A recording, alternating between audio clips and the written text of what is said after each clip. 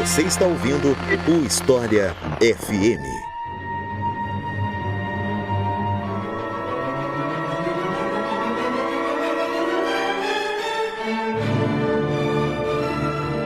A Alemanha nazista. Hoje, no dia que esse episódio tá indo ao ar, completam-se 90 anos da chegada de Hitler ao poder. E o início dessa conquista nazista, não só do governo alemão, mas também de outros territórios europeus, no que acabou se desenrolando na Segunda Guerra Mundial. E nesse ano de 2023, completam-se 100 anos do golpe na cervejaria de Munique. E para conhecer melhor os meandros dessa ideologia nefasta que devastou boa parte da Europa, eu trouxe aqui mais uma vez Vinícius Bivar, a quem eu passo a palavra para se apresentar para vocês. Então, Vinícius, seja muito bem-vindo novamente e fique à vontade para se apresentar pro pessoal. Olá, Iclis, olá, ouvintes, muito obrigado por me ter aqui mais uma vez, dessa vez discutindo o tema do nazismo. Meu nome é Vinícius Bivar, eu sou doutorando em História Contemporânea pela Universidade Livre de Berlim, onde eu estudo as direitas políticas com um foco particular no nazismo e no período especificamente entre 1933 e 1945. Então é isso, vamos conhecer um pouco mais sobre a história da Alemanha nazista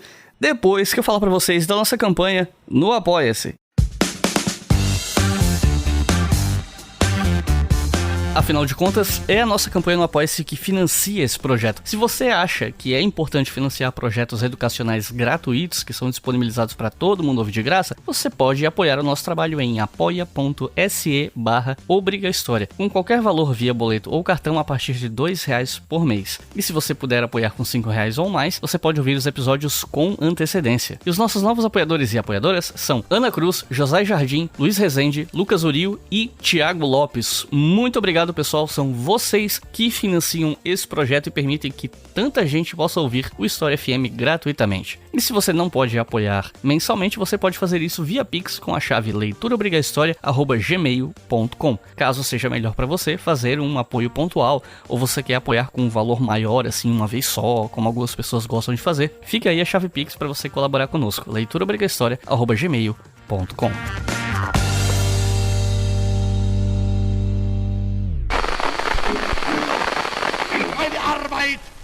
Für richtig hältst, ob du glaubst, dass ich fleißig gewesen bin, dass ich gearbeitet habe, dass ich mich in diesen Jahren für dich eingesetzt habe. A derrota de Hitler na Segunda Guerra começou com a invasão da União Soviética. E essa semana a Rússia lembrou os 80 anos da vitória sobre os nazistas.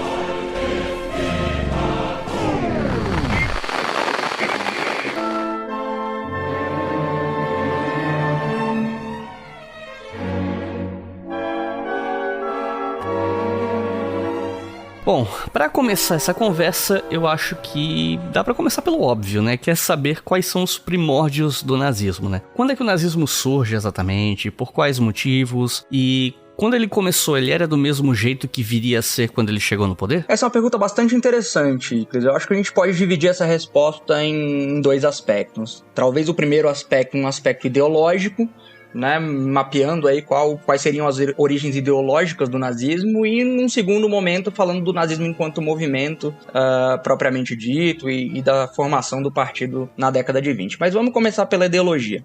O nacionalsocialismo ele se encaixa dentro de um grupo maior de movimentos que tem a sua origem ali no final do século XIX, que fizeram parte do que a gente chama de movimentos Völkisch. Völkisch ele é uma palavra em alemão, habitualmente traduzida como populismo, mas essa não é uma tradução muito boa. Geralmente na historiografia de língua inglesa, inclusive, se mantém o original em alemão, justamente para denotar essa especificidade, né? Porque esse movimento tem duas características fundamentais. Ele é bastante diverso, enfim, tem uma série de sectos, mas em essência a gente pode definir ele em cima de duas características primordiais. A primeira é a influência do romantismo alemão na concepção de nacionalidade ou na construção de uma ideia de nacionalidade por parte desse movimento. Então, grandes poetas alemães como Fichte ou Herder vão ter um papel primordial na construção dessa ideia de uma nacionalidade alemã como um fenômeno natural, quase como o curso de um rio ou a existência de uma montanha. Eles vão entender a nacionalidade como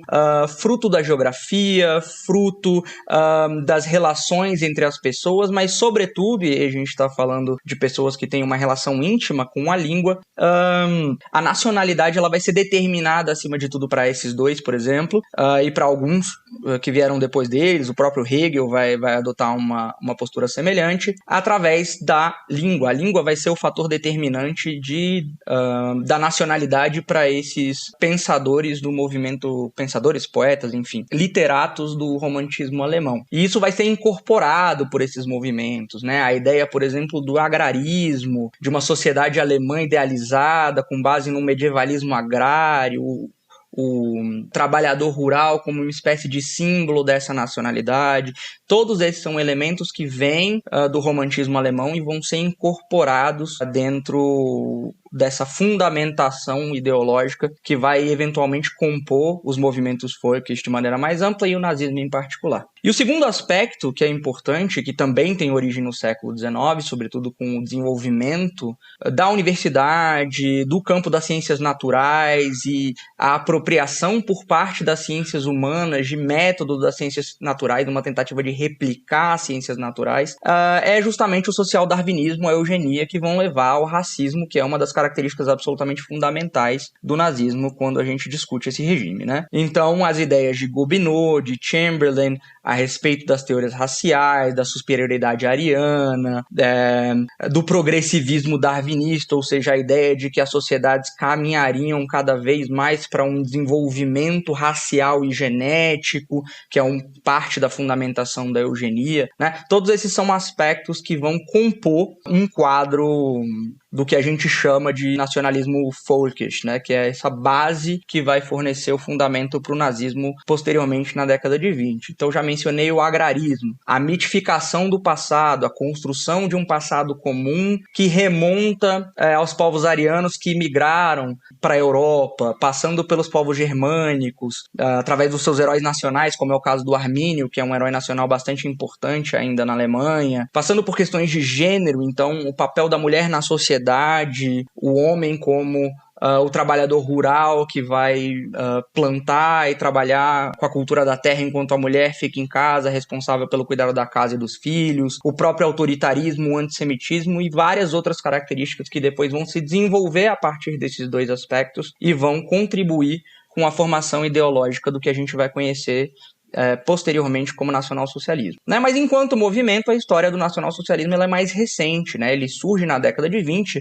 a partir da reforma de um partido que já existia, o DAP, ou Deutsche Arbeiterpartei, o Partido dos Trabalhadores Alemães. Esse é um partido que já existia, ele é fundado em 1919, e tem entre os seus idealizadores, por exemplo, o Anton Drexler, que é uma figura absolutamente importante dentro desse partido, por ser uma espécie de mentor ideológico do partido. Inclusive, quando Hitler chega a Drexler, comissionado pelo exército, né? Hitler não vai ser dispensado do exército imediatamente depois da Primeira Guerra Mundial, ele vai continuar trabalhando para o serviço de inteligência do exército, monitorando partidos políticos, inclusive, então ele vai trabalhar durante um tempo como infiltrado dentro desse Partido dos Trabalhadores Alemães, mas Hitler acaba impressionando o próprio Drexler com a sua capacidade oratória, que o presenteia com um manifesto político escrito por ele mesmo, Drexler, chamado Meu Despertar Político, onde ele advoga vários dos princípios que posteriormente vão ser princípios basilares do nacionalsocialismo, aí já liderado e encabeçado pelo próprio Hitler. A questão do antissemitismo, a questão do anticapitalismo,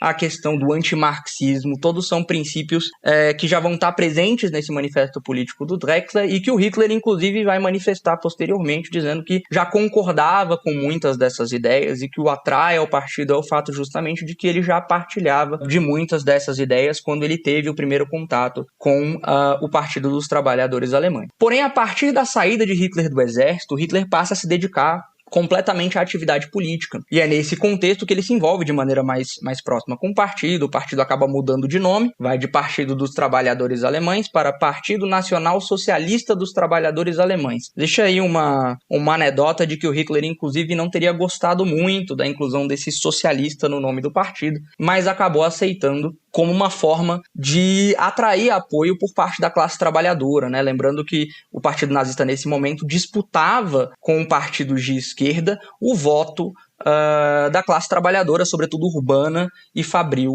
da Alemanha. Então esse socialista vai acabar sendo importante, ainda que do ponto de vista conceitual não seja possível dissociar nacional de socialista, né?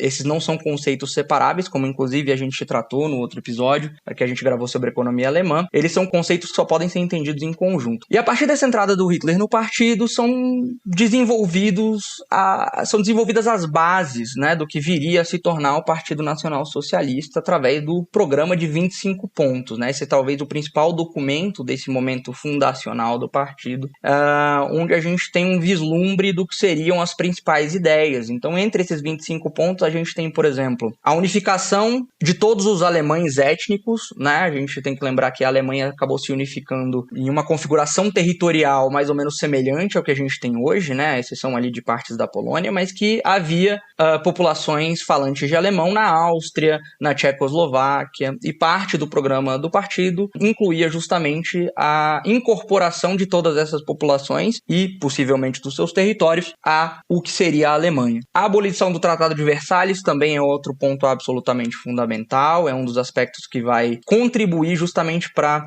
aglutinar a direita política alemã em torno de um objetivo comum, que é justamente impedir que as medidas que foram estabelecidas pelo Tratado de Versalhes sejam colocadas em prática. A questão de possessões coloniais também aparece nesses 25 pontos.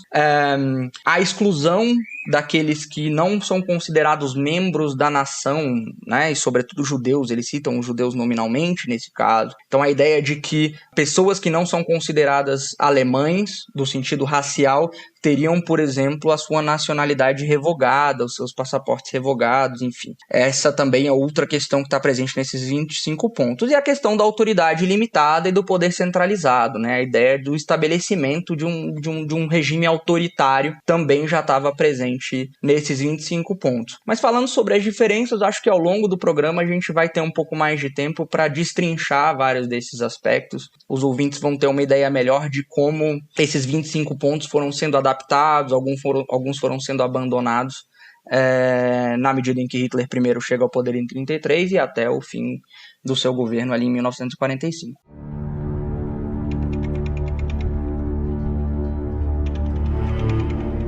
Em 30 de janeiro de 1933, o presidente alemão Paul von Hindenburg nomeia Adolf Hitler como chanceler da Alemanha.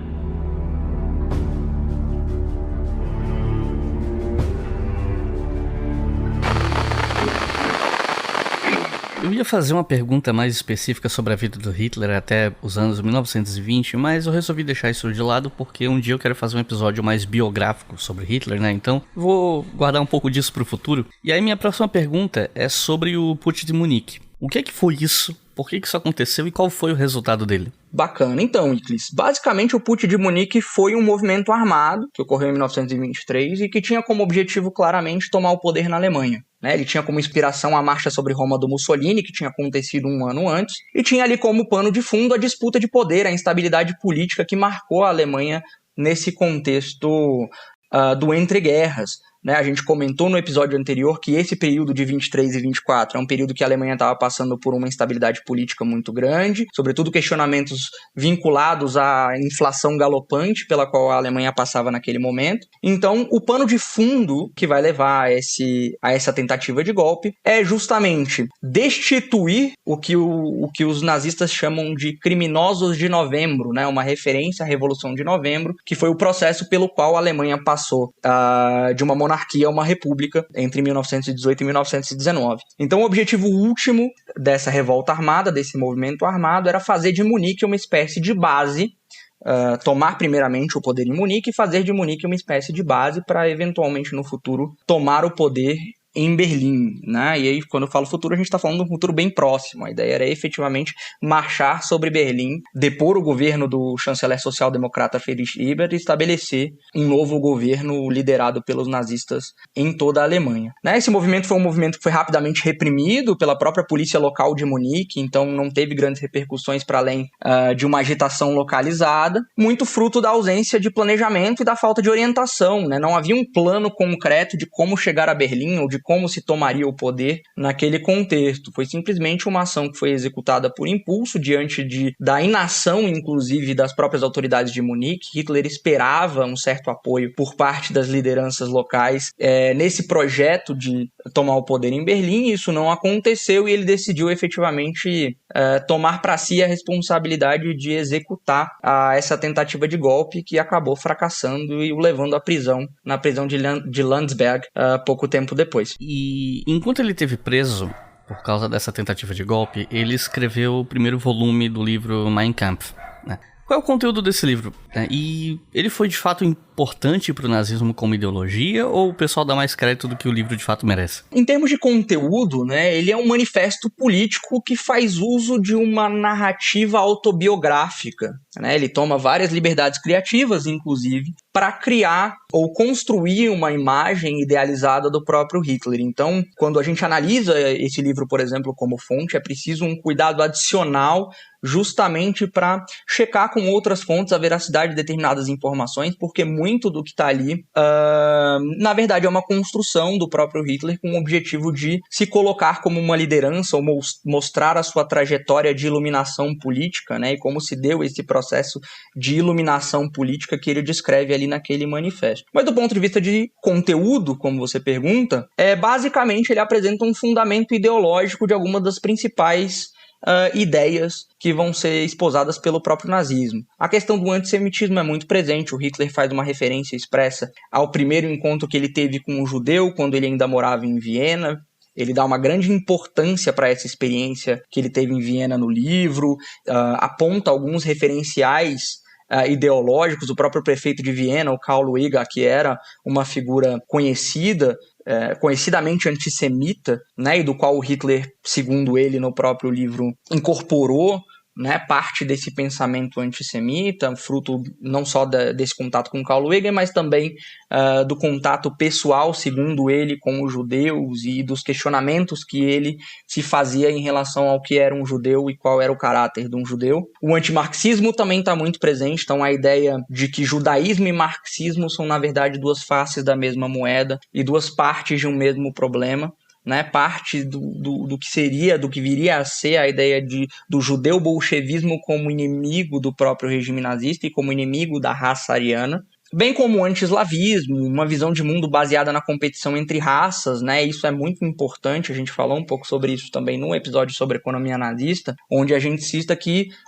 parte dessa visão de mundo do nacionalsocialismo se baseia justamente nessa ideia de que a história, o curso da história seria o curso de uma competição entre raças por recursos limitados, que já estaria em curso e que seria papel, portanto, da raça ariana, superior, entendida como superior, subjugar os outros povos, subjugar as outras raças com o objetivo de obter esses recursos para si. Né? Então é muito importante essa compreensão, essa visão de mundo do nazismo baseada nessa ideia de que existem recursos escassos e é necessário que se vá à luta para a obtenção desses recursos, mesmo que isso signifique subjugar outros povos. Isso é absolutamente fundamental para a compreensão do nazismo enquanto ideologia. Agora eu queria dar um pulo cronológico aqui para saber exatamente como é que Hitler chegou ao poder. E parece que existe uma percepção equivocada de uma parte do público que acha que Hitler chegou onde chegou em termos de poder quase absoluto, né? Pelo voto popular, ou algo assim, do tipo as pessoas irem lá na urna, botar o nome de Hitler, como acontece no Brasil, por exemplo, quando você elege um presidente e tal. E essa ideia de Hitler chegou ao poder pelo voto é muito usada para criticar a democracia representativa, meio que querendo dizer que o povo não sabe votar porque até Hitler foi eleito, uma coisa assim. E se por um lado a gente pode criticar alguns aspectos da democracia representativa por uma série de coisas, essa crítica em particular usando Hitler não faz sentido quando a gente analisa a história da chegada de Hitler ao poder, né? Então, eu queria pedir para você explicar pro pessoal que tá ouvindo, com mais detalhes, como é que isso aconteceu. Eu acho que você colocou na sua pergunta de forma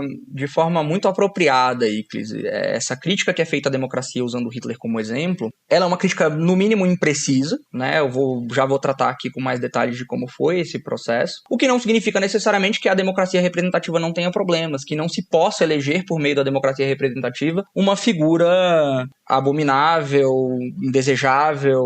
Então, nesse ponto, acho que a crítica à democracia e ao processo eleitoral, ela pode ser feita, o debate pode ser aberto, mas o exemplo específico do nacionalsocialismo não cabe, na medida em que o processo que levou a chegada de Hitler ao poder, ele se dá em grande medida no contexto de um regime parlamentarista, né? O que talvez fosse apropriado, e aí cabe a ressalva, é falar que a maneira pela qual Hitler chegou ao poder foi uma maneira legal. De fato, ela estava prevista na Constituição de Weimar. Todo o processo que levou Hitler ao poder é um processo que ocorreu dentro do que era a legalidade daquele regime. Mas ainda assim não é um processo democrático no sentido que você muito bem colocou, do voto direto e da vontade da maioria, né? O Hitler ele restabelece ali em 25, depois que quando ele sai da prisão, ele restabelece o Partido Nazista, né? Mas até 1929, o Partido Nazista vai ser um partido bastante modesto, ele vai ter uma relevância no máximo regional, na Bavária, com seus 12% dos votos. É só a partir de 1929, com a Grande Depressão e com uma estabilidade política gerada pela inabilidade do Partido Social Democrata, que era o partido majoritário até então, de formar governos, né? O Partido Social Democrata, após a crise de 29, sobretudo, ele entra em descrédito. É um processo que, inclusive, favorece os partidos marginais, tanto a esquerda quanto a direita. O Partido Comunista também vai ganhar votos nesse processo, né? Também vai crescer a sua presença no parlamento. Mas, devido a uma série de questões, inclusive o anticomunismo, que era corrente naquele contexto, né, o Partido Nazista é o partido que mais vai se beneficiar desse processo de instabilidade gerado pela Grande Depressão e pela inabilidade do Partido Social Democrata em formar governo, né? Nas eleições de 1930, a gente vai ter um crescimento bastante expressivo do número de assentos do Partido Nazista no Reichstag, ele vai de 12 para 107 assentos. Já em julho de 1932, ele vai de 107 para 230 assentos. E em novembro a gente tem uma segunda eleição, a gente tem duas eleições aí no mesmo ano, né? Justamente por conta dessa instabilidade política e dessa incapacidade dos chanceleres de construírem uma maioria no parlamento. É importante ressaltar que a maioria dos outros partidos evitava negociar com o Partido Nazista e também com os comunistas, o que dificultava esse processo de aquisição de maioria no parlamento, sobretudo devido ao crescimento desses dois partidos nesse período, né? Então, com o parlamento fragmentado como estava naquele momento, isso acabou beneficiando o Partido Nazista, que nas eleições de novembro de 32 acaba perdendo assentos, ele cai de 230 assentos para 196, mas ainda assim sendo o maior partido do parlamento, ocorre uma decisão que é política da cúpula do governo alemão, do presidente von Hindenburg, do chanceler von Papen, que optam por ceder à pressão de Hitler, que já vinha sendo feita desde a eleição anterior, para que fosse ele o nomeado chanceler. Ele retira o apoio de von Papen, e essa é uma das razões que leva o presidente a dissolver o parlamento, invocar ali o artigo 48, né, os poderes especiais do presidente para legislar, e chamar novas eleições. Então, diante desse cenário, essas elites políticas acabam cedendo à vontade do Hitler e nomeando o chanceler, ou seja, Hitler não conseguiu obter maioria no parlamento, nem no auge eleitoral do partido, que foi em julho de 1932. Mas, devido a essa popularidade que ele possuía, ao fato do Partido Nazista ser, sim, o maior partido no parlamento em 32, essas elites políticas optam por nomear Hitler chanceler naquele contexto. Uma nomeação que muito se fala, né, inclusive no debate público, que havia uma percepção de que o Hitler seria alguém inepto, que haveria a possibilidade de se controlar o Hitler e orientar suas decisões na direção que fosse mais conveniente para essas figuras, principalmente o von Papen, que assume como vice-chanceler, e o Hindenburg se mantém como presidente naquele contexto, mas efetivamente não é isso que acontece. Ou seja, colocaram um inepto autoritário no poder achando que as instituições iam moderar ele. Onde é que eu já vi isso antes, né? Exatamente, é por aí. Niemand muss in Deutschland kommen und muss sagen, den Frieden wollen wir, aber diese ununterbrochene Entrückung lehnen wir ab. Und die Entbehrung, das fahren wir nicht!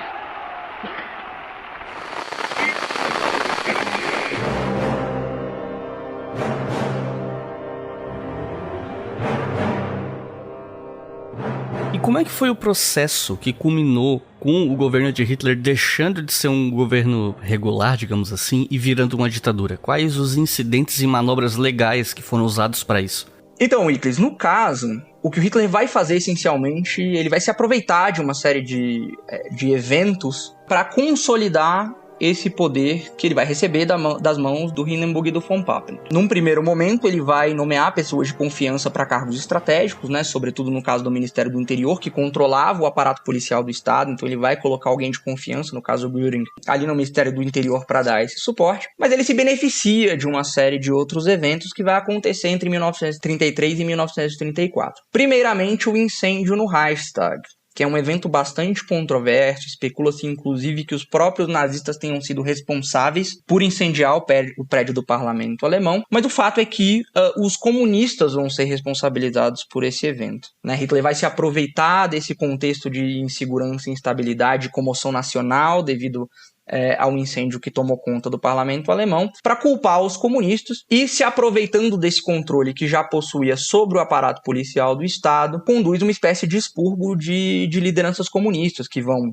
ser presas, em alguns casos executadas, de certa forma neutralizando um dos principais opositores ao seu futuro regime. Ainda se aproveitando dessa comoção, o Hitler vai articular no parlamento alemão a aprovação do que ficou conhecido como Lei de Concessão de Plenos Poderes. Essa é uma lei que vai ser aprovada no parlamento alemão e que efetivamente concede a Hitler poderes ditatoriais para lidar inicialmente com a emergência desencadeada pelo incêndio do Reichstag. Obviamente que Hitler não deixaria essa oportunidade passar, faria de tudo para aprovar essa lei, para que essa lei fosse aprovada e concedesse a ele poderes ditatoriais para que ele pudesse efetivamente governar a Alemanha por decreto. Ele inclusive se beneficia, né, de um acordo com o Partido de Centro, que era um partido católico. A gente vai falar de religião daqui a pouco aqui também, mas ele se beneficia de um acordo com o Partido de Centro para obter a maioria necessária para aprovar essa lei de concessão de plenos poderes, se utilizando o anticomunismo como pano de fundo, e efetivamente se converte em ditador a partir da aprovação dessa lei. Ele ainda vai se beneficiar de um segundo evento, que é a morte do presidente alemão Paul von Hindenburg, que já era muito idoso e acaba morrendo em 1934. Aproveitando-se dos plenos poderes que tinham concedidos a ele por conta do incêndio do Reichstag, Hitler então unifica esses dois cargos, o cargo de chanceler e o cargo de presidente, e se torna então o líder da nação alemã, o Führer, tal qual a gente conhece. A repressão interna e a aplicação dos princípios ideológicos da Alemanha aconteciam através de diferentes grupos, né? E aí eu queria aproveitar essa pergunta para perguntar sobre 3 desses grupos e principalmente quais as diferenças entre esses grupos, que eu acho que existem uma certa confusão aí, que são, no caso, a SA, SS, a Gestapo, enfim, e parece que existe uma confusão entre esses grupos, especialmente num público mais leigo, né, sobre quem é quem e o que é que cada uma dessas organizações fica responsável por fazer. Então, você pode explicar pra gente quem são esses grupos e as diferenças entre eles? De fato, o Iclis é bastante confuso, né? Esse é um tema que gera bastante confusão, até quem é estudioso do tema. Eu demorei alguns bons anos a entender exatamente quais eram as diferenças entre essas organizações, que muitas vezes são usadas de forma intercambiável ou no debate público para simbolizar o aparato repressivo, né, do regime nazista, mas são essencialmente, sim, organizações diferentes. A SA, a Sturmabteilung, o departamento ou destacamento Tempestade, né, ela vai ser uma das primeiras organizações a ser formada pelo partido e vai ser uma das principais organizações do partido até o expurgo, que vai ocorrer em 1934, né, onde várias das lideranças das SA vão ser expulsas do partido, algumas assassinadas, e a SA efetivamente perde relevância. Mas nesse primeiro momento ela vai ser bastante importante como a principal e a mais numerosa organização paramilitar do partido. É ela que vai estar envolvida nos conflitos de rua com partidos de oposição, sobretudo os comunistas, né? Nos conflitos de rua com os comunistas, na disrupção de eventos desses partidos opositores, novamente os comunistas vão ser os principais alvos, né? Então, nesse caso, ela cumpre essa função de efetivamente reprimir ou coagir partidos de oposição através da violência. Já as SS, ela também vai ser criada nos anos 20, né? Tem muita gente que pensa que a SS é uma organização criada nos anos 30 e obviamente associa ela com o Himmler, mas ela é uma organização que na verdade já existia. Mas nos anos 20 ela era menos numerosa e ela consistia numa espécie de grupo de elite dedicado a proteger pessoas-chave, lideranças do partido e os recintos onde os eventos do partido aconteciam. Então essas eram pessoas de absoluta confiança do próprio Hitler e da liderança do partido naquele momento, e que vão ficar responsáveis por essa tarefa mais específica de proteger os eventos e os locais onde eram realizados os eventos do partido nazista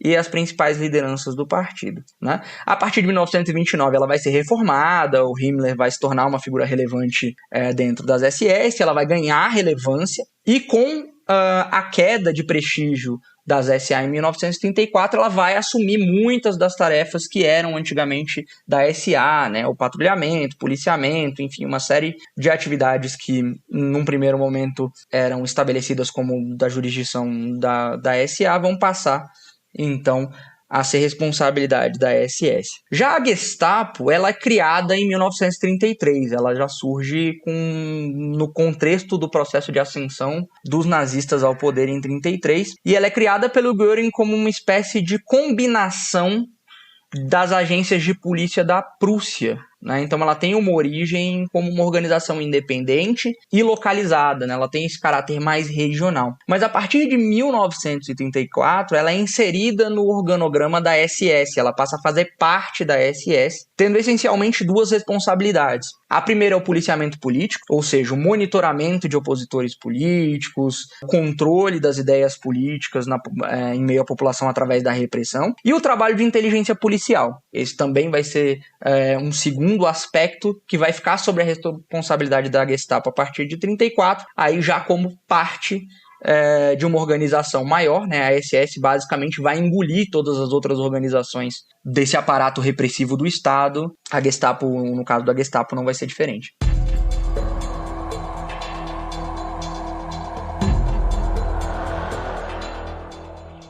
27 de fevereiro de 1933. O prédio do Reichstag é incendiado.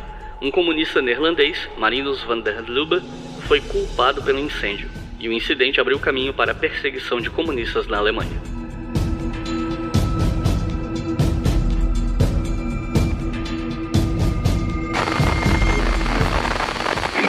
Aqui eu acho que seria uma boa oportunidade para a gente falar sobre os aspectos econômicos da Alemanha nazista, mas como a gente já tem um episódio inteiro sobre economia nazista, para quem não ouviu, inclusive foi gravado com o Vinícius, e saiu há pouco tempo, saiu no mês passado, então tá aí para quem quiser ouvir. Eu queria perguntar sobre como era a relação do povo alemão com o governo nazista na década de 1930, no caso, antes da guerra, antes do começo oficial do Holocausto, por assim dizer. Eu queria saber se a aprovação desse governo era alta, caso fosse, por que motivos era alta. Eu imagino que isso tem alguma relação com a economia, né?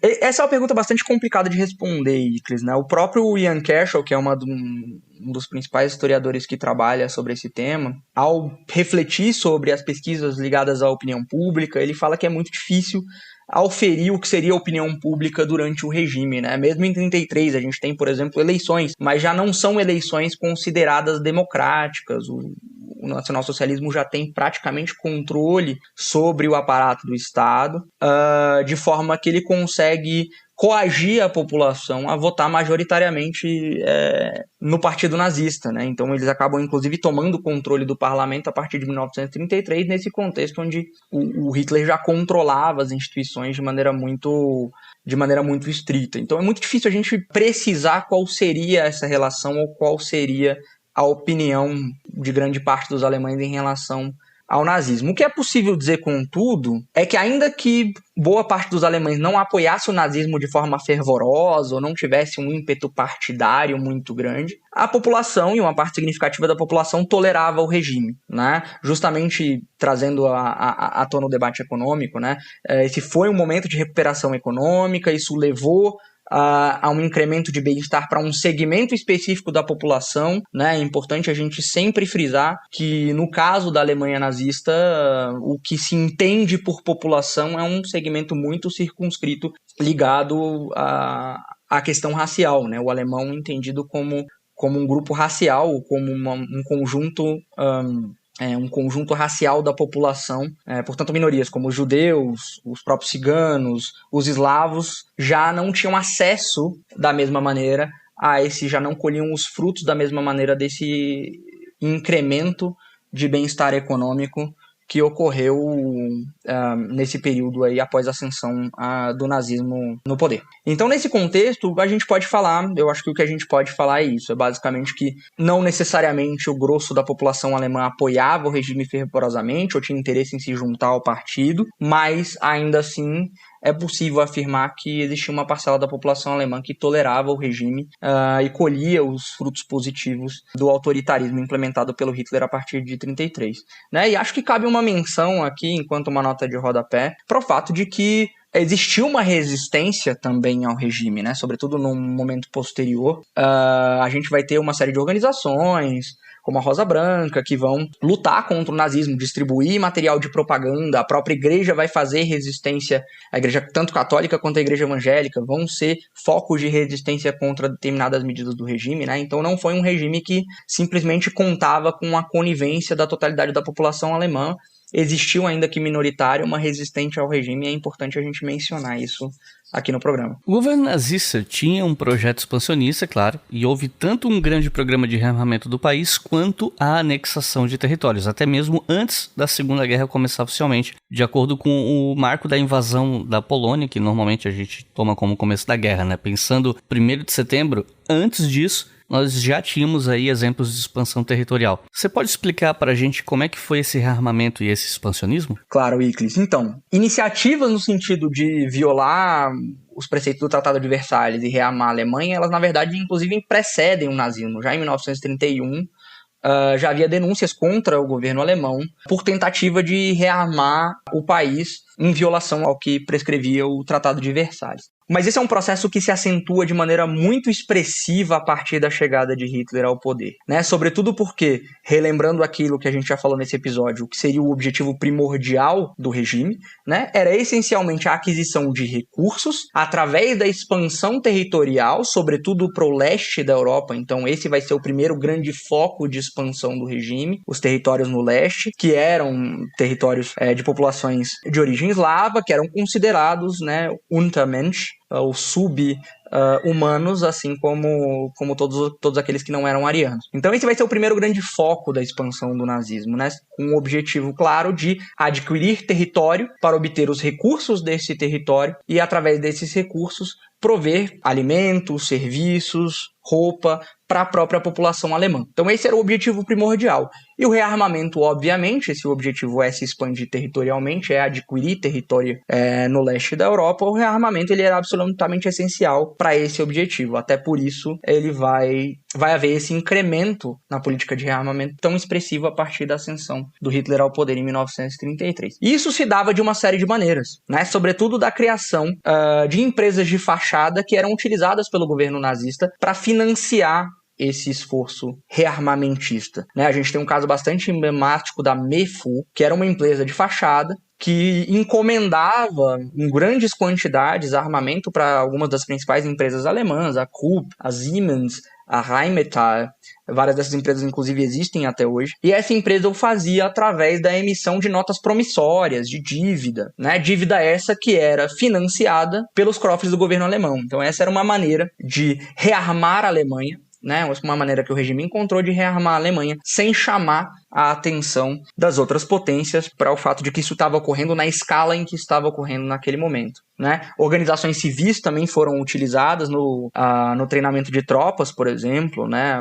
Foi muito comum o estabelecimento de escolas de aviação civil, que na verdade eram campos de treinamento para pilotos da Força Aérea Alemã, né, da Luftwaffe. Então essas foram duas maneiras, né, só para a gente ficar aqui em dois exemplos, que o governo nazista utilizou para intensificar esse esforço rearmamentista, sem chamar muito a atenção, pelo menos não até 1938, e aí eu chego na segunda parte da sua pergunta, para o projeto expansionista que subjazia o regime naquele momento. O primeiro momento onde a gente observa esse ímpeto expansionista do nazismo é justamente em 1938, com a anexação da Áustria, né? Esse processo que ficou conhecido como Anschluss, ele ocorre a partir de uma reunião de cúpula entre o governo austríaco e o governo alemão, onde Hitler usa alguns dos seus generais para coagir o governo austríaco a assinar um tratado que concede poderes à Alemanha sobre determinados campos da política austríaca. Existe uma tentativa por parte do governo austríaco de revogar a existência desse tratado, mas ele é novamente pressionado sobre a ameaça de invasão a abdicar em favor, inclusive, de um membro do partido nazista local. Isso ocorre, essa abdicação do governo austríaco, e a partir da chegada ao poder dessa liderança local, ocorre a assinatura de um tratado que efetivamente reconhece a soberania da Alemanha sobre o território austríaco, formando então a Grande Alemanha, né, que na verdade já era um projeto do nacionalismo alemão que vinha desde o século XIX, né? Foi uma discussão que ocorreu no momento da unificação alemã, se essa unificação deveria se dar incorporando o que seria conhecido como Grande Alemanha, que aí incorporaria inclusive territórios da Tchecoslováquia, da Polônia e da própria Áustria, ou de uma Alemanha reduzida, que foi o que acabou ocorrendo naquele contexto. Então, esse é o primeiro ensaio expansionista por parte do nazismo, onde Hitler acaba por monitorar qual vai ser a resposta das potências aliadas em relação a essa anexação. E ela é uma resposta bastante leniente, visando evitar uma escalada das tensões. As potências acabam optando por não questionar essa anexação e permitem que esse processo ocorra sem grandes problemas. O primeiro momento onde a gente vai ter algum tipo de conflito diplomático em relação a uma tentativa por parte do regime de anexação territorial é também em 1938, quando a Alemanha avança sobre os Sudetos tchecos, ou seja, uma região de fronteira ali, que fazia parte da antiga Tchecoslováquia, que contava com uma minoria de cerca de 30% de falantes de língua alemã. Então houve um interesse por parte da Alemanha em estabelecer um acordo que reconhecia aqueles territórios como parte da Alemanha. A Tchecoslováquia obviamente protestou, e houve uma negociação, que inclusive foi registrada num documentário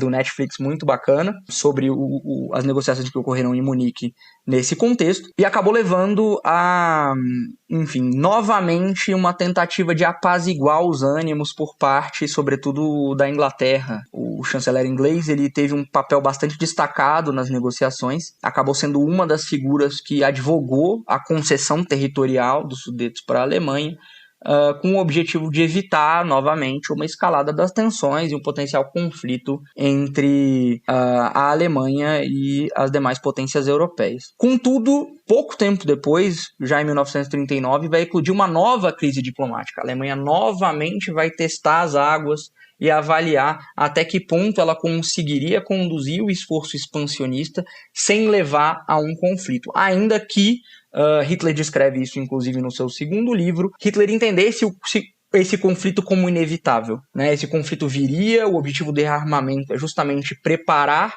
a Alemanha para um momento em que esse conflito efetivamente eclodisse, e ele vai eclodir em torno das negociações sobre a concessão de territórios ou o direito de uso de determinados territórios ali na fronteira entre a Alemanha e Polônia, né? Sobretudo relacionado à região de Danzig, que era uma região alemã, e havia um interesse de conectá-la ao restante da Alemanha por meio de uma autoestrada, por meio de uma autobahn, mas o governo polonês tinha bastante receio de conceder essa autorização, justamente devido ao histórico, aí já de duas ocasiões, em que os alemães se aproveitaram desse tipo de negociação para anexar territórios. Então, no caso da Polônia, a Polônia se objetou, houve uma negociação, os nazistas, inclusive, adotaram uma postura bastante agressiva no contexto dessas negociações com a Polônia. Essas negociações eventualmente vão falhar, o que vai levar a uma invasão da Polônia, uma invasão militar da Polônia e a eclosão aí da Segunda Guerra Mundial devido aos acordos de cooperação que existiam entre as potências europeias naquele momento. Tanto França quanto Inglaterra se veem numa situação bastante delicada de ter que efetivamente intervir em defesa da Polônia, e isso acaba desencadeando o que virá a ser a Segunda Guerra Mundial. Os nazistas construíram e operaram um sistema de campos de concentração e extermínio que assassinou milhões de pessoas. Homens, mulheres e crianças foram mortos.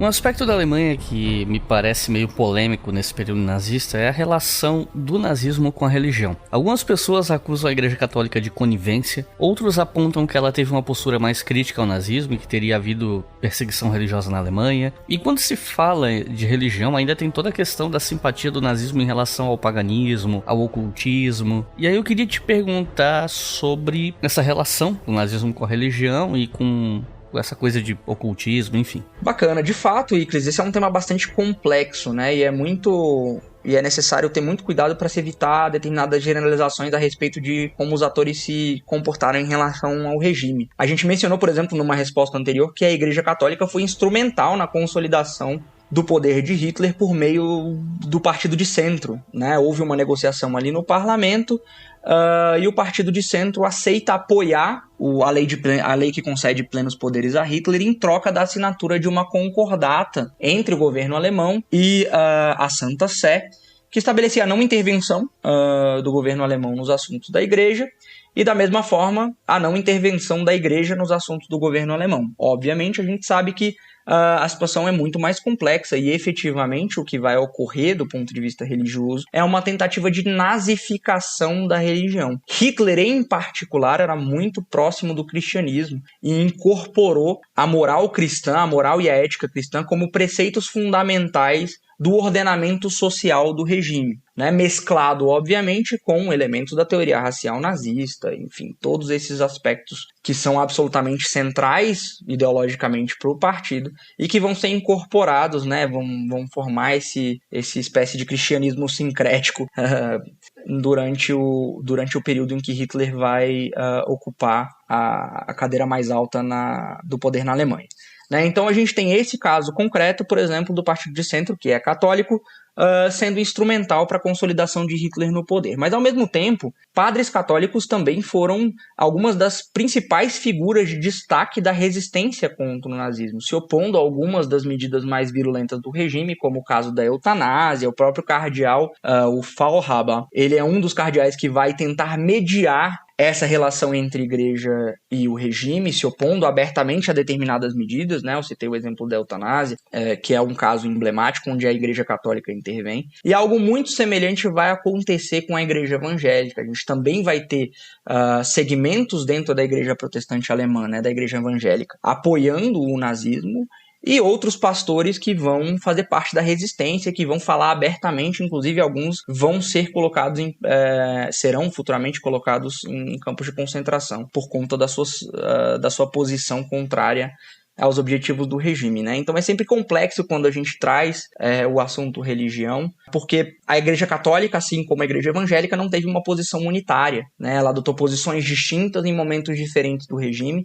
Foi talvez conivente num primeiro momento, né? Na verdade foi certamente conivente no primeiro momento, mas num segundo momento se opôs a algumas das medidas mais agressivas do regime e acabou se tornando uma força dentro do contexto da resistência ao regime. Isso é importante de ser ressaltado, né? Na igreja evangélica talvez caiba um adendo, que é a vinculação que existia, ela anterior ao nazismo, ela é parte dessa construção do movimento Völkisch e da ideia de uma nacionalidade alemã, que é a associação entre a igreja evangélica e a nacionalidade alemã, né? A igreja evangélica, durante muito tempo, ela foi tida como uma espécie de igreja oficial do Estado alemão, de forma que ela tinha uma proximidade maior ou carregava uma importância simbólica maior para o regime, até mesmo do que a Igreja Católica, ainda que o Partido Nazista tenha a sua origem na Bavária, que é uma região católica da atual Alemanha, né, e já era assim na época. Então, nesse aspecto, acho que essa relação é bastante complexa e a gente precisa sempre entender essas nuances, não só individuais, como também temporais, né, os diferentes momentos do regime, como as diferentes denominações cristãs se comportaram em relação ao regime nesses diferentes momentos. E passando para o ocultismo, né, essa é uma questão que novamente remete ao movimento Völkisch e ao aparecimento ou à recuperação das tradições pagãs germânicas, que foram novamente misturadas a essa tradição cristã que fazia já parte do contexto, daquele contexto. A Alemanha é essencialmente um país cristão, né, católico majoritariamente no sul e protestante majoritariamente no norte, mas houve ali no final do século XIX um certo sincretismo e incorporação de determinados elementos cristãos a tradições e movimento por parte de movimentos ocultistas que se inspiravam no paganismo germânico, né? A gente tem principalmente duas figuras muito emblemáticas, que é o Guido von List e o Jörg Lanz von Liebenfels, né? O Hitler inclusive menciona o Liebenfels no Minha Luta como uma espécie de mentor intelectual, alguém que também serviu como referência para que ele formasse as suas convicções políticas. Mas o Guido von List talvez seja a pessoa que teve a influência mais decisiva nesse paganismo sincrético que vai ser incorporado por esses movimentos nacionalistas alemães a partir do final do século XIX, né? Então o uso das runas armânicas, que na verdade são uma releitura e uma ressignificação das runas históricas por parte do próprio von List. Essa vai ser uma das principais influências dele no regime, né? O uso das runas vai passar a ser corrente como uma forma de proteção ou como uma forma de sinalizar determinadas características vinculadas a uma pessoa, uma instituição, né? O caso acho mais emblemático é o caso das SS, né? Que vão incorporar aí as runas armânicas no seu símbolo, mescladas aí com determinadas práticas neopagãs, inclusive o uso de videntes, né? A própria SS vai ter ali a seu serviço um vidente, o Karl Maria Willigut, que era alguém de confiança do próprio Himmler e que vai operar ali dentro do aparato da SS, aconselhando o Himmler diretamente em relação a quais medidas tomar com base nas suas visões, baseadas aí em rituais de inspiração pagã, né? Então a gente observa que existia uma influência, ainda que pontual, por parte do ocultismo na maneira como o regime operava, né? E a gente tem aí uma série de outras organizações também que vão contar com membros do partido nos seus quadros, né? A Sociedade de Tours, a Ordem Germânica, a Ordem dos Novos Templários, todas elas têm a sua origem no armanismo, né? Que é esse ideário difundido aí pelo von List, e na ariosofia, né? Que seria essa concepção desenvolvida sobretudo pelo Liebenfels de uma sabedoria ariana ancestral canalizada através dele, o surgimento de uma série de teorias a respeito de qual seria a origem dos povos arianos, inclusive estabelecendo que a origem desses povos seria a Hiperbórea, que é uma sociedade próximo ao Polo Norte, mítica, descrita por Heródoto, enfim. Eles vão puxar todo esse legendário que vai ser criado em torno da origem dos povos arianos para legitimar e sustentar determinadas crenças e práticas dentro do regime. Mas do ponto de vista muito concreto, a influência que o ocultismo vai ter no regime de maneira geral, até porque o próprio Hitler não era muito simpático, por exemplo, ao uso de videntes, ainda que incorporasse as runas, a suástica, que é um símbolo derivado dessa tradição ocultista, também é uma ideia que o Hitler vai incorporar ao partido e que tem sua origem nessa vinculação com o ocultismo, mas ela vai ser uma contribuição estética em larga medida, né? Os símbolos, a associação entre essas runas com determinadas características, essa vai ser a principal contribuição. No caso da Sociedade de Tours, por exemplo, ela talvez tenha uma contribuição mais direta, porque é a partir dela que se forma o núcleo do que vai eventualmente se tornar o Partido dos Trabalhadores Alemães, que vai dar origem, como a gente já tratou aqui no episódio, ao Partido Nacional Socialista, né? Então a Sociedade de Tours talvez tenha uma importância mais concreta aí na origem do nacionalsocialismo enquanto movimento. E um outro aspecto que aí também acho que é uma influência bastante concreta do ocultismo, né, é a ideia da esterilização de populações tidas como inferiores, né, justamente porque dentro dessa tradição ocultista, uma das teorias que era defendida é a ideia de que os seres superiores que deram origem aos arianos teriam se reproduzido com populações inferiores, e que seria o papel dessas instituições ou dessas populações tidas como superiores evitar a expansão populacional dessas outras raças tidas como inferiores, né? Então isso faz parte também de uma tradição ocultista que vai acabar mobilizando ou motivando a esterilização forçada e eventualmente a eutanásia, né? Então, para fechar no tema do ocultismo, eu acho que essas são algumas das principais influências, algumas das influências mais diretas que ele vai ter sobre políticas do regime. Se você quiser colaborar com o História FM, você pode fazer isso via Pix, usando a chave leituraobrigahistoria@gmail.com. E assim você colabora para manter esse projeto educacional gratuito no ar. Não dá para falar sobre nazismo sem falar sobre políticas raciais e toda essa questão de raças superiores versus raças inferiores, ou indivíduos superiores versus inferiores e tal, como você já cantou um pouco a bola agora. E talvez um dia eu faça um episódio específico sobre a ideologia nazista, né? Como eu fiz um episódio sobre fascismo, mas não sei quando e se vou fazer, então eu vou tocar nesse assunto agora, né? Pra não deixar isso de fora, porque não tem como, né? Então eu queria saber quais foram as políticas raciais colocadas em prática no regime nazista e que outros grupos foram perseguidos independente de raça, né? Eu pergunto porque é um fato bem conhecido que a maioria dos primeiros perseguidos pelo nazismo, na verdade, foram membros da esquerda alemã, né? Especialmente comunistas. E você tem também os Testemunhos de Jeová, que não são um grupo racial, entre aspas, né? É muito mais a questão religiosa. Então, o que a gente pode falar sobre isso? Acho que você pontuou muito bem, Iclis.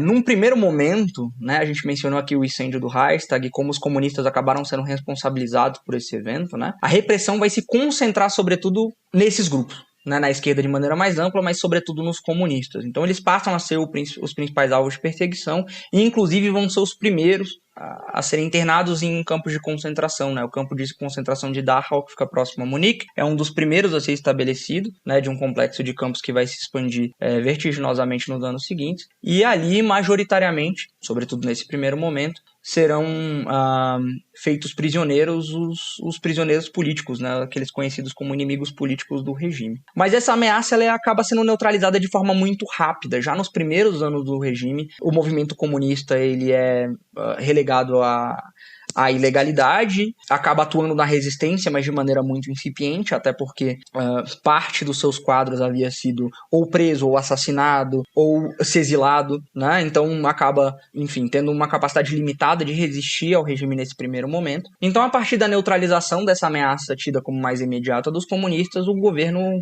nazista passa a se concentrar na questão racial de maneira mais explícita, né? E talvez a legislação mais importante desse processo sejam as leis de Nuremberg, ou seja, as leis de pureza racial alemã, passadas justamente num comício em Nuremberg do Partido Nazista, aprovadas ali naquele comício em 1935. Né? Algumas das principais características dessa legislação, para que os ouvintes fiquem cientes. Ela primeiramente criminalizava o casamento e as relações sexuais entre arianos e judeus. Né? Os judeus especificamente vão ser o objeto dessa legislação, mas ela vai ser posteriormente expandida para outros grupos para incorporar os Sinti, Roma, negros inclusive, que é um aspecto muito pouco conhecido e muito pouco discutido, né? Como era a vida da população negra que existia na Alemanha naquele momento.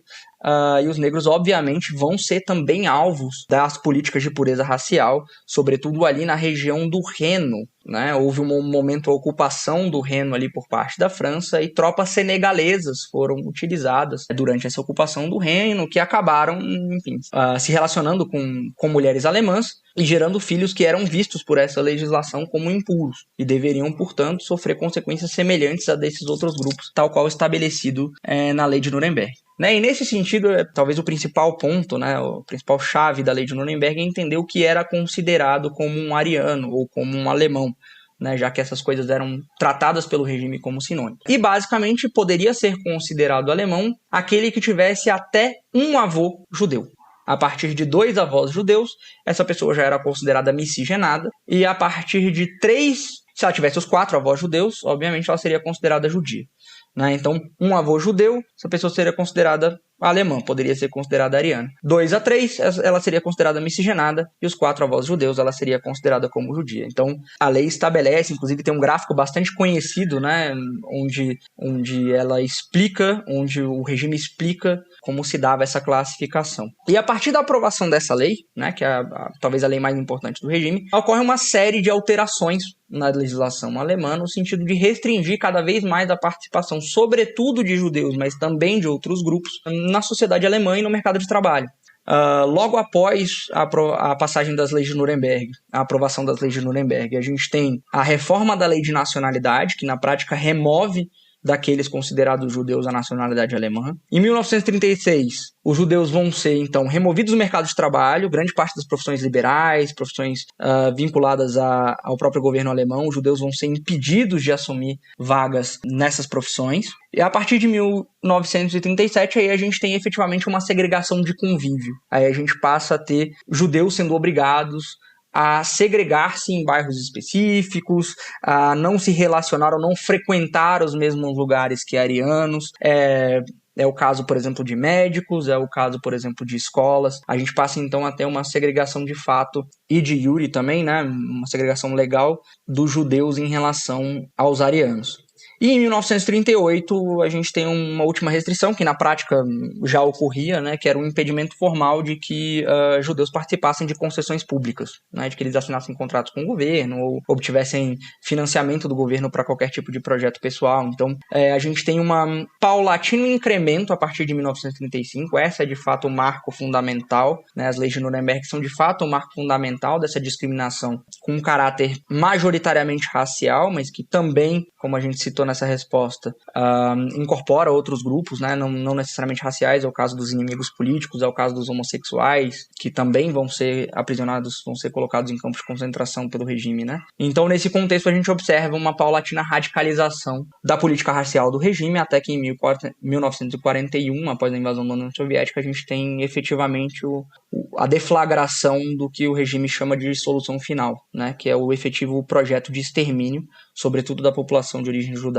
da Europa. Um tema sobre a Alemanha nazista que a historiografia, inclusive, já se debruçou algumas vezes foi a decisão de Hitler de que a Alemanha tinha que lutar até o fim da guerra, até o último homem, que não podia se render e tal. E isso fez com que a guerra terminasse em Berlim, com a morte desnecessária de milhares de pessoas, e abriu precedente para situações como, por exemplo, um tema super sensível que um dia eu quero ver se trato aqui de alguma maneira, talvez num episódio sobre Batalha de Berlim, não sei, que é sobre os milhares de estupros que as mulheres alemãs sofreram, né, por parte do Exército Vermelho, que é um tema super sensível lá na Rússia, inclusive. E inclusive, é proibido por lei você falar disso na Rússia, porque entra numa lei de difamação do Exército Vermelho, enfim. Qual é a leitura que a historiografia faz dessa decisão de Hitler de lutar até o fim, de não rendição, enfim? O que a gente pode falar disso? Vamos lá. Então eu gosto muito da narrativa que o Ian Kershaw faz sobre esse tema, sobretudo nas últimas páginas da sua biografia sobre o Hitler. Ele trata do testamento que Hitler escreve antes de cometer suicídio no bunker, que mostra uma determinada concepção de viés ideológico onde seria inconcebível que uma raça superior, que a raça ariana, fosse derrotada por uma raça inferior, nesse caso os soviéticos, uma raça eslava, dentro desse arcabouço ideológico do nazismo. Então era absolutamente inconcebível para Hitler que o nazismo pudesse ser derrotado, ou que a raça ariana pudesse ser derrotada. E mesmo sendo alertado por vários de seus generais ao longo do processo, né, sobretudo a partir de Stalingrado, quando efetivamente a sorte do exército alemão vira e o exército passa a ser pressionado de volta para o território alemão, Hitler é alertado constantemente pelos seus generais das derrotas que o exército alemão vinha sofrendo e ainda assim opta por continuar lutando, justamente porque parte desse princípio, inspirado na leitura de mundo que ele professa já em Mein Kampf, de que não haveria possibilidade de derrota da raça ariana para uma raça tida como inferior, né? E nos seus últimos momentos, quando justamente o Kershaw narra a elaboração desse testamento, né, fica evidente que, consciente da derrota, Hitler busca construir uma imagem de que aquele não seria, enfim, de que aquele não seria o final, de que o martírio dos soldados alemães, bem como o dele, serviria como uma espécie de legado do regime, como uma espécie de ferramenta para que a população alemã continuasse defendendo o ideário nacional socialista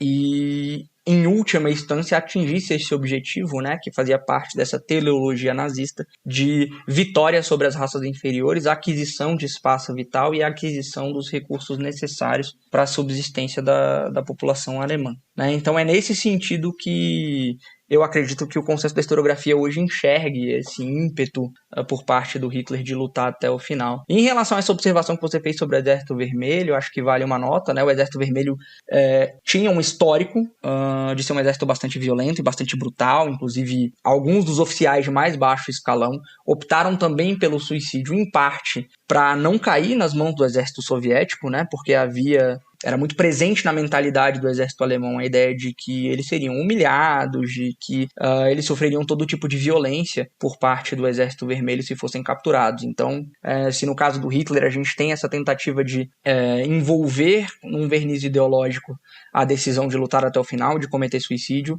por parte do baixo oficialato, em alguns casos a gente tem relatos de oficiais que optaram por cometer suicídio simplesmente para que não fossem capturados pelo Exército Vermelho, né? E é muito interessante nesse caso específico que a gente observa em inscrições que existem até hoje no parlamento, no prédio do parlamento alemão, inscrições deixadas por militares soviéticos quando da tomada do prédio do parlamento alemão, um sentimento revanchista bastante presente, bastante arraigado. As mensagens que foram deixadas ali, muitas delas são relembrando colegas que foram mortos em outras batalhas durante a Segunda Guerra Mundial, honrando determinadas vitórias militares. Então, muitas daqueles indivíduos que fizeram parte do processo de ocupação de Berlim eram, na verdade, indivíduos de elite, altamente treinados, pessoas que passaram por provações como a própria Batalha de Stalingrado e deixaram ali registrado nas paredes do prédio do Reichstag a sua revolta em relação às atrocidades que haviam sido cometidas pelo regime. Então acho que havia um ódio no coração também do Exército Vermelho e um desejo de vingança em relação ao que eles haviam experimentado no seu próprio território apenas alguns anos antes disso, né?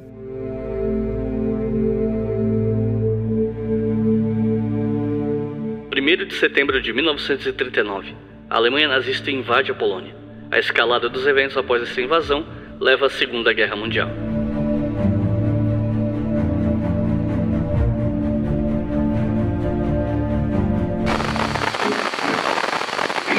E para terminar, eu queria te perguntar sobre como que os alemães lidaram com a memória do nazismo depois do fim da guerra.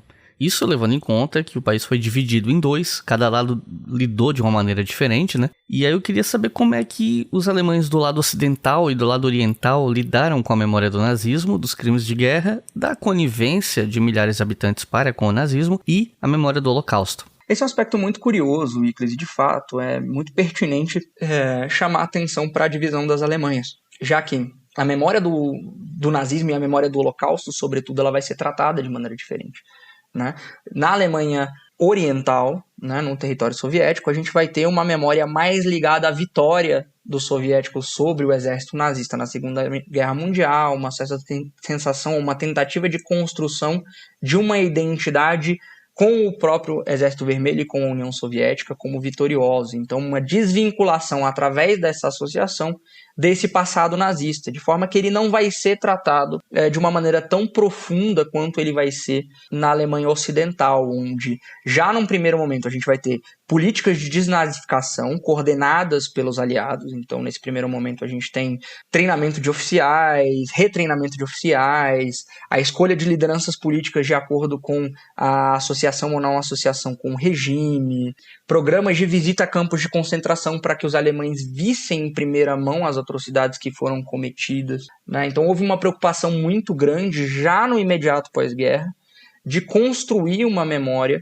em relação àquele período e conscientizar os alemães das atrocidades que haviam sido cometidas. Ainda que não fosse possível, por exemplo, um expurgo absoluto de toda e qualquer pessoa que tivesse qualquer relação com o regime. E várias das lideranças políticas que vão assumir o governo na Alemanha no contexto do pós-guerra são indivíduos que tiveram alguma relação com o regime, mesmo que tivessem apenas feito parte da juventude hitlerista, que não fossem necessariamente membros do partido. Essas pessoas acabam ocupando cargos de liderança no contexto do pós-guerra, de forma que não era viável, né? Pelo simples fato de que não era viável um expurgo absoluto de toda e qualquer pessoa que houvesse tido relação com o regime, sobretudo a partir de 1937. Então, nesse sentido, houve uma preocupação já desde um período muito inicial com a desnazificação da Alemanha. E a partir do momento que a Alemanha retoma o controle sobre o seu próprio governo, a gente tem uma retirada das potências aliadas, pelo menos do ponto de vista da intervenção direta na atividade política, né? Os Estados Unidos, sobretudo, se coloca numa posição um pouco mais distante e permite que a Alemanha, de certa forma, reassuma o controle do próprio país. A gente tem uma preocupação muito grande também com a preservação e a manutenção dessa memória. mas de uma maneira bastante peculiar, né? O que a gente vê em muitos casos é a destruição de monumentos ou de qualquer vestígio que possa ser associado àquele passado traumático. E no caso da Alemanha, ainda que alguns monumentos tenham sido destruídos, né, sobretudo ali o campo onde eram realizados os comícios do Partido Nazista em Nuremberg, a suástica que é muito conhecida, né, o vídeo da explosão da suástica ali na tribuna onde Hitler habitualmente discursava. Então esse é um monumento que acabou sucateado, ainda que hoje tenha sido revertido em um centro de documentação muito interessante sobre o nazismo. Então houve uma preocupação com, por um lado, destruir alguns monumentos, mas por outro, manter parte desses monumentos e ressignificar esses monumentos e conscientizar a população da história desse monumento. Então o próprio Estádio Olímpico de Berlim tem uma série de construções, esculturas que foram construídas à época do regime nazista e que continuam de pé, agora com uma exposição, uma placa geralmente, discutindo qual é o histórico daquela escultura, qual o legado daquela escultura, qual a importância daquele ideal racial para o regime, enfim. Houve uma opção por manter de pé parte do legado do regime como forma de contribuir para essa política de memória. Então a gente tem várias esculturas, vários edifícios que datam desse período e que foram mantidos, obviamente, a partir de um trabalho de conscientização, um trabalho de educação da população alemã em relação a qual é a história desses indivíduos e o quão traumático e o quão importante esses edifícios são para a compreensão do regime nazista. Para além disso, né, essa política de memória material, a gente tem uma política de memória escolar muito importante. Então, as crianças alemãs, elas são expostas a esse passado, inclusive com muita recorrência. Esse é um tema recorrente, sobretudo no ensino médio, né, que seria o equivalente na Alemanha ao nosso ensino médio aqui no Brasil, de forma que esse passado se mantenha vivo, ou a conexão com esse passado se mantenha viva, e existe uma conscientização por parte das novas gerações a respeito das atrocidades que foram cometidas por esse regime. Né? Isso faz parte do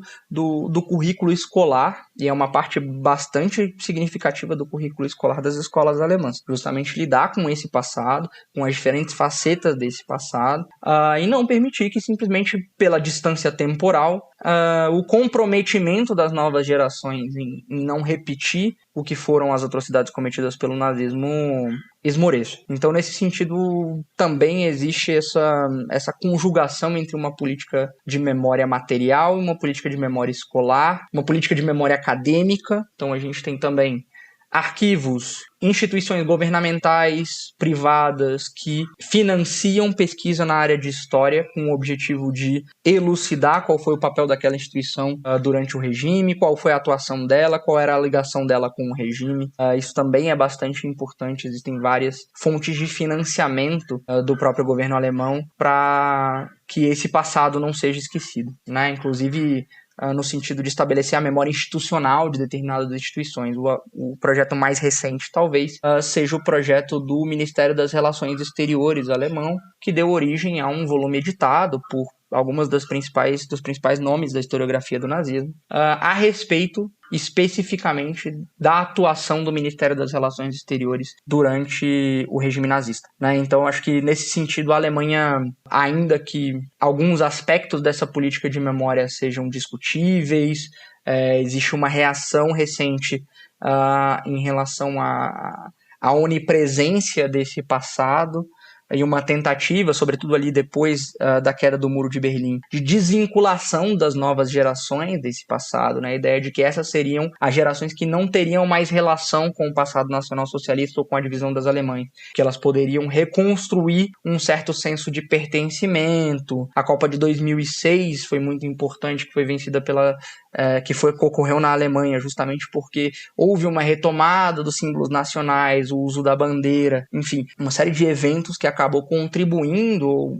que acabou levando a essa reflexão a respeito de qual é o papel das novas gerações em relação a esse passado traumático. Mas ainda assim, acho que, considerando essas observações, a Alemanha deve ser vista como uma espécie de exemplo de política de memória, não só bem feita, financiada de forma adequada e bem sucedida em relação a esse regime. Acho que a gente pode aprender muito com a Alemanha a respeito de como lidar, inclusive, com o nosso próprio passado traumático. Depois da guerra, os aliados implementaram uma política de desnazificação da sociedade alemã. Isso incluía também o julgamento de criminosos nazistas, em especial os do primeiro escalão. O marco maior disso foram os famosos julgamentos de Nuremberg.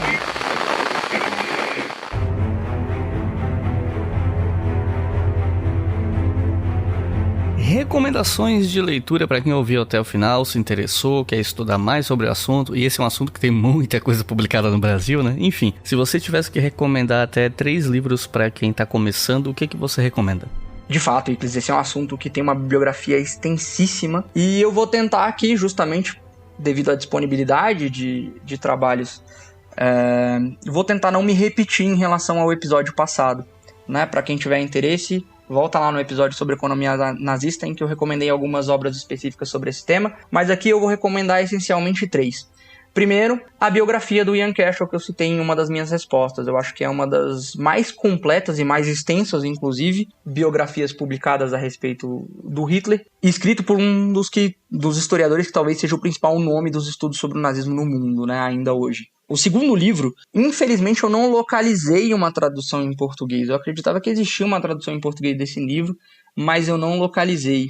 Ele se chama Ordinary Men e ele foi escrito pelo historiador americano Christopher Browning. Esse livro é bastante interessante porque ele trata especificamente de um batalhão da força-tarefa do exército alemão deslocado para a Polônia no início do Holocausto. E ele aborda uma questão que a gente também tocou em alguma medida aqui no episódio, que é o papel dos homens comuns, ou das pessoas comuns, nas atrocidades que foram cometidas pelo regime nazista entre 1930, sobretudo aí no caso entre 1941 e 1943, né, no período em que ainda eram utilizadas tropas para levar a cabo a execução de prisioneiros políticos e minorias étnicas, sobretudo judeus. E o terceiro, também ainda um pouco nessa mesma direção, é um livro que esse sim foi traduzido em português. Na verdade são 2 livros, ele tem um volume 1 e um volume 2, que é o livro Alemanha Nazista e os Judeus, pelo historiador israelense, no caso, né, Saul Friedlander. O Friedlander ele é um dos principais nomes da historiografia do Holocausto, e ele escreveu esse livro em 2 volumes justamente tratando sobre a questão da política racial nesses 2 momentos. Um primeiro momento entre 1933 e o início da Segunda Guerra Mundial, e um segundo momento aí já a partir da implementação das políticas de extermínio por parte do regime. Esses são 3 livros que eu considero fundamentais para a gente compreender o nazismo do ponto de vista individual, né, e a compreensão do Hitler a respeito do próprio regime, bem como o Holocausto, que foi um tema que nesse episódio esteve mais presente, eu acho, do que no outro que a gente gravou sobre economia nazista. Lembrando, pessoal, que essa lista de livros que o Vinícius acabou de citar está disponível no post desse episódio no nosso site historiafm.com. É só ir lá procurar o episódio sobre a Alemanha nazista, vocês vão achar a ficha técnica completa do episódio, incluindo aqui os livros que o Vinícius acabou de citar. Vinícius, alguma consideração final? É isso aí, Iclis. Só te agradecer mais uma vez pela oportunidade de estar conversando com vocês. Espero voltar aqui no História FM no futuro pra gente conversar mais sobre a história da Alemanha. Então é isso, gente. Muito obrigado por terem ouvido até o final. Não se esqueçam da nossa campanha no Apoia-se, apoia.se/obrigahistoria. Nessa campanha que você ajuda a manter o História FM no ar a partir de R$2 por mês. E com R$5 por mês vocês podem ouvir os episódios com antecedência. Então é isso. Muito obrigado e até a próxima.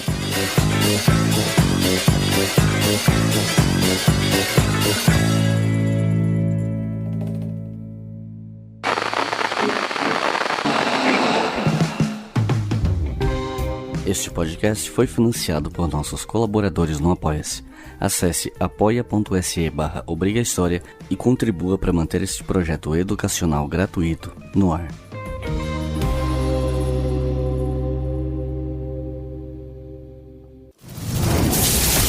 Esse podcast foi editado por Samuel Gambini, samuelgambiniaudio.com.